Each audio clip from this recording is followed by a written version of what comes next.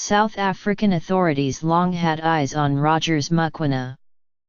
They knew the former schoolteacher was wanted in Zimbabwe for poaching rhinoceroses and selling their horns, which can command hundreds of thousands of dollars. He'd jumped bail and fled to northern Pretoria, but it was vexingly difficult to catch and prosecute him until a scientist helped make the case against him with rhino DNA. His subsequent conviction resulted from a new tactic in wildlife preservation: the genetic fingerprinting methods that have been so successful in the criminal justice system are now being used to solve poaching crimes. First, researchers in South Africa had to build a large database of genetic samples drawn from African rhinoceroses.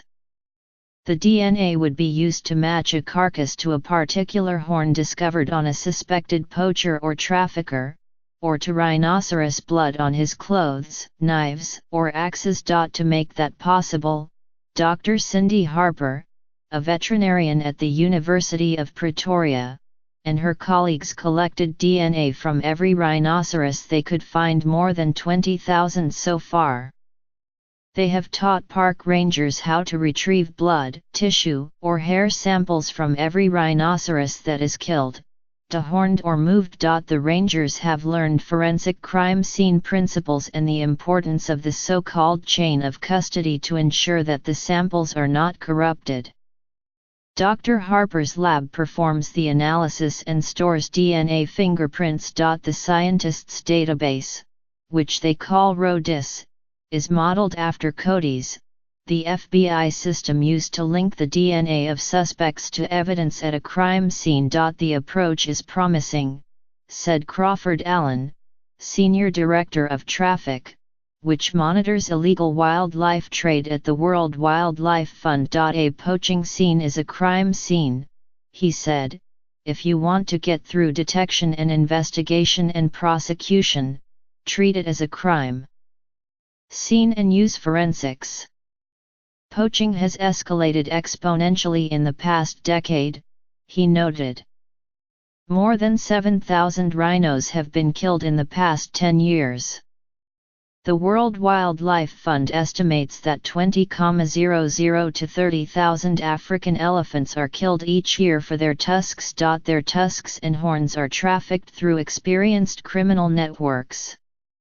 You really need sophisticated tools to help solve these crimes, Mr. Allen said. The Rhino Project provides a cold hit database, said Stephen J. O'Brien, referring to the identification of a perpetrator by DNA when there are no other apparent clues. Drive. O'Brien, an expert on DNA fingerprinting and chief scientific officer of the Theodosius Dobbs-Hansky Center for Genome Bioinformatics at St. Petersburg State University in Russia, is co-author of a new paper, published on Monday in Current Biology, describing the anti-poaching effort. A similar attempt to use DNA to convict poachers is led by Sam Wasser, director of the Center for Conservation Biology at the University of Washington. His group's focus is African elephants. Over a period of 15 years, he and his colleagues have collected and analyzed DNA from dung to create a map of the ranges of various elephant groups based on their genetic differences. It helps show where ivory seized from poachers originated. The project has not linked specific carcasses to specific tusks recovered from traffickers. But the analysis has provided valuable clues about the regions in which poachers are operating. To our surprise, the ivory was consistently coming from two areas, Dr. Wasser said. Tusks from savanna elephants were initially coming from southeastern Tanzania and northern Mozambique, the data showed, but the illegal trade then shifted northward to southern Kenya. Tusks from forest elephants originated in a small triangular area in northeast Gabon, northwest Republic of the Congo, and southeastern Cameroon. Instead of focusing everywhere, if we really want the big criminals, we should focus on those two spots, Dr. Wasser said. The sale of ivory and rhino horns is hugely lucrative. Rhino horns may bring $60,000 or more per kilogram. A horn generally weighs a few kilograms, but a few have been as heavy as 10 kilograms, or about 22 pounds pound for pound. A rhino horn is worth more than heroin or gold or platinum, Mr. Allen said. And prosecutions are so rare that the risks for the traffickers are very low. The poacher sells horns to a trafficker, who disguises them and ships them to destination countries, mainly Vietnam and China. Some horns are carved into jewelry while still in South Africa, which can make it extremely difficult to trace them. Most horns are ground and used as medicine in Asia, believed to cure cancer, impotence or, Mr. Allen said, you name it. More recently, people in Asia have begun wearing beads or bangles made from rhino horns thought to have curative powers and to be status symbols. Some horns are made into ceremonial cups. Elephant tusks currently sell for $1,000 a kilogram, Dr. Wasser said. Unlike rhino horns, which are shipped in relatively small volumes, traffickers typically collect and ship at least half a ton of ivory, or 500 kilograms, in a container.